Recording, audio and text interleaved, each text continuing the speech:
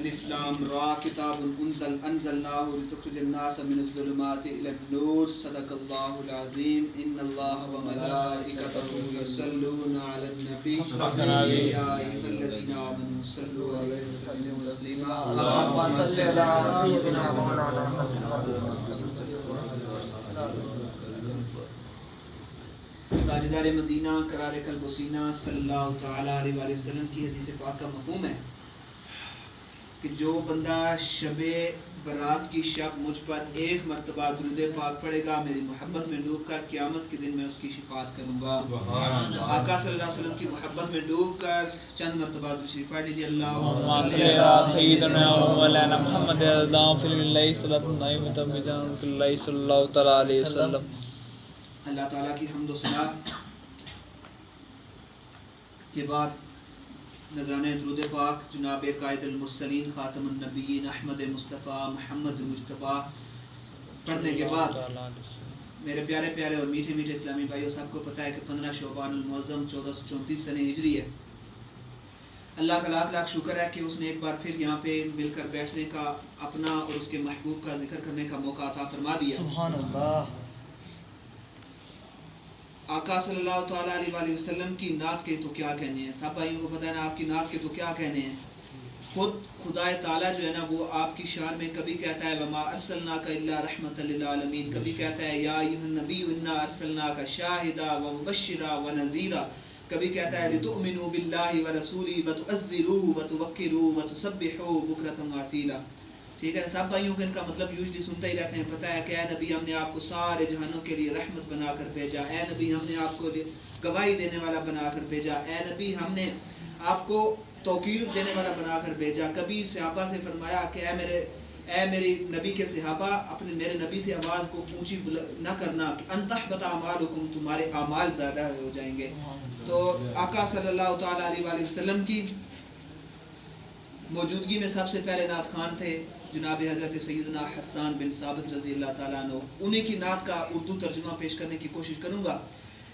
خدا ہے جن کو عظیم کہتا مقام ان کا بڑھا بڑھا کر, انہی کی عظمت ہم سنا رہے ہیں آقا کے نعرے لگا لگا. سبحان اللہ. اللہ اکبر. نعرہ رسالت یا رسول اللہ. غلام ہیں رسول کے غلام ہیں, غلام یہ رسول میں موت بھی قبول ہے, جو ہو نہ عشق مصطفیٰ تو زندگی فضول ہے. نعرہ حیدری یاری. انہی کی عظمت بتا رہے ہیں انہی کے نعرے لگا لگا کر, خدا نے ہیں ان کو علوم بخشے پاس اپنے بلا بلا کر. سبحان اللہ. انہی کی الفت سے آج تک دلوں کی مسجد میں روشنی, انہی کی الفت سے ہے آج تک دلوں کی مسجد میں روشنی, نکل کے آتا ہے ماہ نوبی غبار طیبہ لگا لگا کر. سبحان اللہ. یا رسول اللہ چمن چمن میں ہے بات ان کی, نگر نگر میں ہے نعت ان کی. بے شک چمن چمن میں ہے بات ان کی, نگر نگر میں ہے نعت ان کی, انہی کی الفت میں ہے ہوائیں آتی پنکھے ہلا ہلا کر. خدا نے ان کو گواہ بنایا, خدا نے ان کو گواہ بنایا ہر زمانے کا ہر مکان کا, وہ آج بھی سب کو دیکھتے ہیں نگاہ رحمت اٹھا اٹھا کر.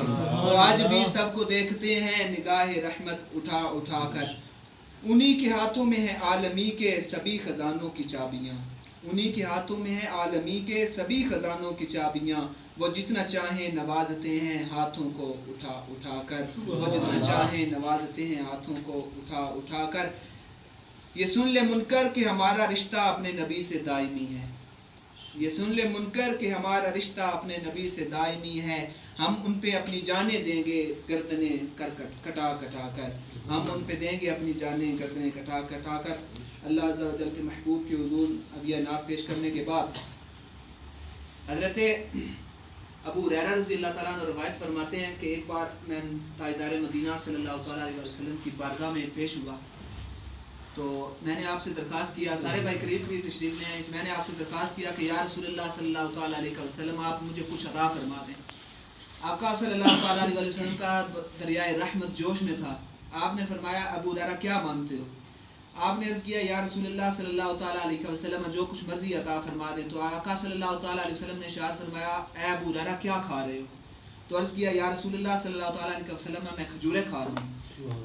تو آپ نے فرمایا کہ اے ابو ہریرہ جاؤ ایک بیگ لے کے آؤ. آپ ایک بیگ لے کے آ گئے تو آپ نے نا وہ ساری کھجوریں اس میں ڈال دی. چند کھجوریں تھیں, کہتے ہیں 7 تھیں, کچھ کہتے ہیں 3 تھیں. تو آپ نے ساری کھجوریں اس میں ڈال دی اور کہا ابو ہریرہ جاؤ آج کے بعد اس میں سے کھجوریں نکال کے جتنے مرضی ہے لوگوں کو کھلا لو, یہ کبھی ختم نہیں ہوگی جب تک کہ تم اسے جھاڑ نہیں لو گے. تو حضرت ابو ہریرہ فرماتے ہیں کہ حضرت عثمان غنی کی وفات کے بعد جب مدینے پر حملہ ہوا, منافقوں نے حملہ کیا, اس وقت تک مجھے سے وہ بیگ کسی نے چھین لیا. اس وقت میں نے 37,000 من کا لفظ آتا ہے حدیث پاک میں, 37,000 من جو کھجوریں ہیں وہ میں نے لوگوں کو خود بھی کھائی اور لوگوں کو بھی کھلائی. یہ آقا صلی اللہ تعالیٰ علیہ وسلم کی رحمت ہے. ایک بار جب نبی اکرم صلی اللہ تعالیٰ علیہ وسلم ہجرت فرما رہے تھے مدینہ کی طرف, تو کیا ہوا کہ سراقہ بن جاشم کو پیچھے گھوڑے کے اوپر بھیجا انہوں نے کہ جاؤ آقا صلی اللہ تعالیٰ علیہ وسلم کا پیچھا کر کے آؤ کہ وہ کس طرف جا رہے ہیں. تو جاتے جب نبی اکرم صلی اللہ تعالیٰ علیہ وسلم کے قریب آتے تو ان کا گھوڑا جو ہے نا وہ دھنس جاتا زمین کے اندر.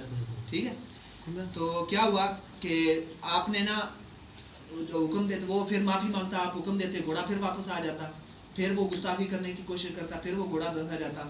تو ایٹ دی اینڈ کیا ہوا کہ جب وہ مدینے میں پہنچ گیا نبی اکرم صلی اللہ تعالیٰ علیہ وسلم کے پاس, پیچھا کرتے کرتے جب آخری فائنل میں دھنس گیا تو پھر بعد میں نبی اکرم صلی اللہ علیہ وسلم کے لیے پاس مدینہ میں پہنچا تو دیکھا کہ تاجدار مدینہ صلی اللہ تعالیٰ علیہ وسلم اپنی وہی سمپلسٹی میں سرانہ بنایا ہوا اینٹ کا, ٹھیک ہے, لیٹے ہوئے ہیں. نماز کا وقت ہو گیا, آپ نے اعلان فرمایا کہ نماز کا ٹائم ہو گیا, سارے صحابہ اٹھے وضو کر رہے ہیں. تو سراقہ کہتے ہیں کہ میں نے آج تک, میں نجاشی کے دربار میں گیا, کیسر کے دربار میں گیا, نجاشی کے دربار میں گیا, سب کے دربار میں گیا, مگر میں نے آج تک اتنی تعظیم, اتنا ادب اس کسی بادشاہ کا نہیں دیکھا جتنا محمد صلی اللہ تعالیٰ علیہ وسلم کے صحابہ اپنے نبی کا کرتے ہیں. تو کیا دیکھتے ہیں, وہ دیکھتے کیا ہیں ذرا سنیے کہ وہ کہتے ہیں کہ میں نے دیکھا کہ ان کے نبی جب لعاب دان تھوک مبارک پھینکتے ہیں تو صحابہ نیچے ہاتھ کرتے اپنے چہروں پہ مل لیتے ہیں. سبحان اللہ. ٹھیک ہے, پھر وہ کہتے ہیں کہ جب وہ وضو کرتے ہیں تو ان کے پانی جو ہے وہ نیچے نہیں گرتا, وہ صحابہ تبرک سمجھ کر جمع کر رہے ہوتے ہیں. یہ ہوتا ہے ادب مصطفیٰ صلی اللہ تعالیٰ علیہ وسلم. ایک اور جگہ پر آقا صلی اللہ تعالیٰ علیہ وسلم حدیبیہ کے مقام پر تشریف فرما تھے, تو عرض کی گئی کہ یا رسول اللہ صلی اللہ تعالیٰ علیہ وسلم پانی کم ہو گیا, پانی ختم ہو گیا. تو آپ نے پوچھا کہ اے میرے صحابہ بتاؤ کتنا پانی ہے. صاحب نے کہا کہ یا رسول اللہ 1 پیالہ بنے گا کل ملا کے. تو آپ نے سارے پانی کو اکٹھا فرما لیا, ٹھیک ہے نا. آپ نے نا کہا, اپنا ہاتھ مبارک ڈالا اس کے اندر. کہتے ہیں حضرت ابو ہریرہ ہم 1500 تھے, ٹھیک ہے نا, 1500 لوگ تھے, ہم سب نے پانی سیر ہو کر پی لیا, خود بھی نہا لیے, جانوروں کو پلا لیا, برتن بھر لیے. اور وہ کہتے ہیں اللہ کی قسم اگر ہم 15,000 بھی ہوتے تو وہ پانی کم نہ ہوتا. سبحان اللہ. یہ آقا صلی اللہ تعالیٰ علیہ وسلم کا دیار رحمت تھا نا, جوش میں آیا وہ. ٹھیک ہے, آپ صلی اللہ تعالیٰ علیہ وسلم کے حسین چہرے کا تذکرہ کرتے ہوئے ابو رافع فرماتے ہیں کہ میں قریش کا غلام تھا, انہوں نے مجھے خریدا ہوا تھا, انہوں نے مجھے دیکھا, بھیجا جاؤ دیکھ کے آؤ یہ کرتے ہو کیا ہے. ٹھیک ہے نا, یہ جادوگر کہتے تھے نا قریشی, آپ قریش کا جو قبیلے کے تھے. تو کہتے ہیں کہ میں گیا نا تو آقا صلی اللہ تعالیٰ علیہ وسلم کا چہرہ اتنا حسین تھا, وہ دیکھ کے کہتے ہیں کہ اسلام میرے دل میں ڈال دیا گیا, مجھے کسی نے دعوت نہیں دی, میرے دل میں خود ہی اسلام آ گیا. سبحان اللہ. ٹھیک ہے, ایک اور جگہ پر عبداللہ بن سلام. عبداللہ بن سلام کون ہے؟ یہ یہودیوں کے سردار ہوتے تھے مدینے کے اندر نا. ٹھیک ہے, یہ اسلام لانے سے پہلے فرماتے ہیں کہ میں مدینہ میں جب نبی اکرم صلی اللہ تعالیٰ علیہ وسلم آئے تو میں بھی مناظرے کرنے والا تھا یہودیوں کی طرف سے. تو میں نے کہا یہ نئے دین والے ہیں, میں بھی ان کو دیکھ کے تو آتا ہوں کہ یہ نئے دین والے ہیں کیسے. ٹھیک ہے, تو نئے دین والوں کو دیکھنے کے لیے جاتے ہیں نا, تو وہ جا کے دیکھ کے کہتے ہیں کہ یہ اتنا نورانی چہرہ کسی جھوٹے کا نہیں ہو سکتا, یہ ضرور اللہ کے نبی ہیں. سبحان اللہ. تو ہم بھی آپ بھی مل کر یہ محفل سجانے کا مقصد کیا ہے کہ آقا صلی اللہ تعالیٰ علیہ وسلم جب آپ پیدا ہوئے تھے اس دن کہتے ہیں کہ اتنا نور زمین پر کبھی نہیں برسا جتنا اس رات کو گزرا. سیدہ آمنہ فرماتی ہیں کہ اتنا نور روشن ہو گیا کہ میں نے کیسر کا مال دیکھ لیے, میں نے وہاں پہ جو چراغ جلا ہوا تھا وہ دیکھ لیا. پھر فرماتی ہیں کہ میں نے جو ایران کا آتش کدا تھا اس میں جو آگ جل رہی تھی میں نے وہ دیکھ لی, اس کو بجھتے ہوئے میں نے دیکھا. وہ مصر کے جو دربار کے مینار گرے تھے وہ میں نے دیکھ لیے. یہ سارا نور جو ہے نا وہ آپ صلی اللہ تعالیٰ علیہ وسلم کے نور کی وجہ سے تھا. آپ صلی اللہ تعالیٰ علیہ وسلم رحمۃ اللہ عالمین سے, آپ کی رحمۃ اللہ عالمین کے کیا کہنے ہیں.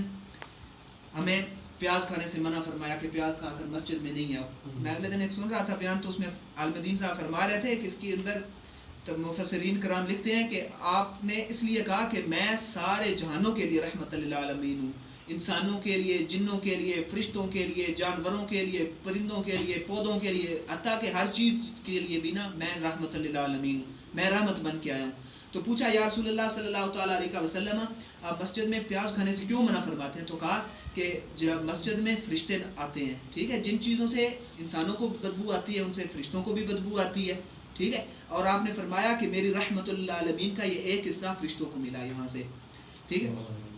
پھر ایک اور جگہ پر فرمایا کہ اے میرے صحابہ، میری جو ہڈیاں پھینکتے ہو نا کھانے کے بعد، یہ گندی جگہ پہ نہیں پھینکا کرو، کیونکہ یہ میری امت کے جو جن ہیں یہ ان کی خوراک ہوتی ہے۔ پھر اس کے لیے حضرت ابوبکر صدیق نے عرض کیا یا رسول اللہ صلی اللہ تعالیٰ علیہ وسلم اس میں کیا حکمت ہے؟ تو آپ نے فرمایا کہ جن میرے پاس آئے تھے انہوں نے مجھے کہا تھا کہ یا رسول اللہ ہمیں ہمارے لیے کچھ حلال خوراک جو ہے نا وہ عطا فرما دے۔ تو آپ نے فرمایا کہ یہ جو ہڈیاں ہوتی ہیں نا میری انسانی امت کھائے گی، اس کی جو ہڈیاں پھینکے گی وہ تمہاری خوراک ہوگی۔ یہ آپ دیکھتے ہوں کہ کئی بار نوٹ بھی کرتے ہوں کہ یہ غائب بھی ہو جاتی ہیں، یہ اللہ تعالیٰ کے حکم سے یہ جن جو ہوتے ہیں نا ہمارے امتی بھائی ہیں، ٹھیک ہے، نبی اکرم صلی اللہ علیہ وسلم کے وہ لے جاتے ہیں۔ تو خیر مقصد بتانے کا یہ تھا کہ میلاد میں ہم آقا صلی اللہ تعالیٰ علیہ وسلم کی رحمت للعالمین کی جو شان ہے اس کا پھیلانا۔ آج کل دیکھیں امت مسلمہ جو ہے بہت زیادہ تفرقوں سے دو چار ہے، بہت زیادہ آئے دن کچھ نہ کچھ نیا ڈرامہ کھڑا ہوتا ہے، کہیں پہ قتل ہو رہے ہوتے ہیں اسلام کے نام پر، دونوں کہتے ہیں کہ شہید ہیں، ٹھیک ہے نا، ایک غازی بن جاتا ہے دوسرا شہید بن جاتا ہے، ٹھیک ہے۔ بہرحال یہ عشق مصطفیٰ صلی اللہ تعالیٰ علیہ وسلم جو ہے اس کو سمجھنے کی ضرورت ہے، اس کو اپنانے کی ضرورت ہے۔ 5 وقت نماز فرض ہے، نماز کی رمضان شریف آ رہا ہے، رمضان شریف کی پابندی کی ضرورت ہے، برائی سے بچنے کی ضرورت ہے، خصوصاً شراب، جھوٹ، تمام برائیوں کی جڑیں ہیں یہ، ان سے بچنا چاہیے، ٹھیک ہے۔ تو سارے بھائی کوشش کریں گے نا کہ انشاءاللہ عز و جل ان سب برائیوں سے بچیں گے، آقا صلی اللہ تعالیٰ علیہ وسلم کے عشق میں روتے رہیں گے انشاءاللہ عز و جل۔ تو آپ ایک نعت شریف ہوگی، اس کے بعد انشاءاللہ عز و جل تھوڑا پروگرام میں بتا دوں سب بھائیوں کو۔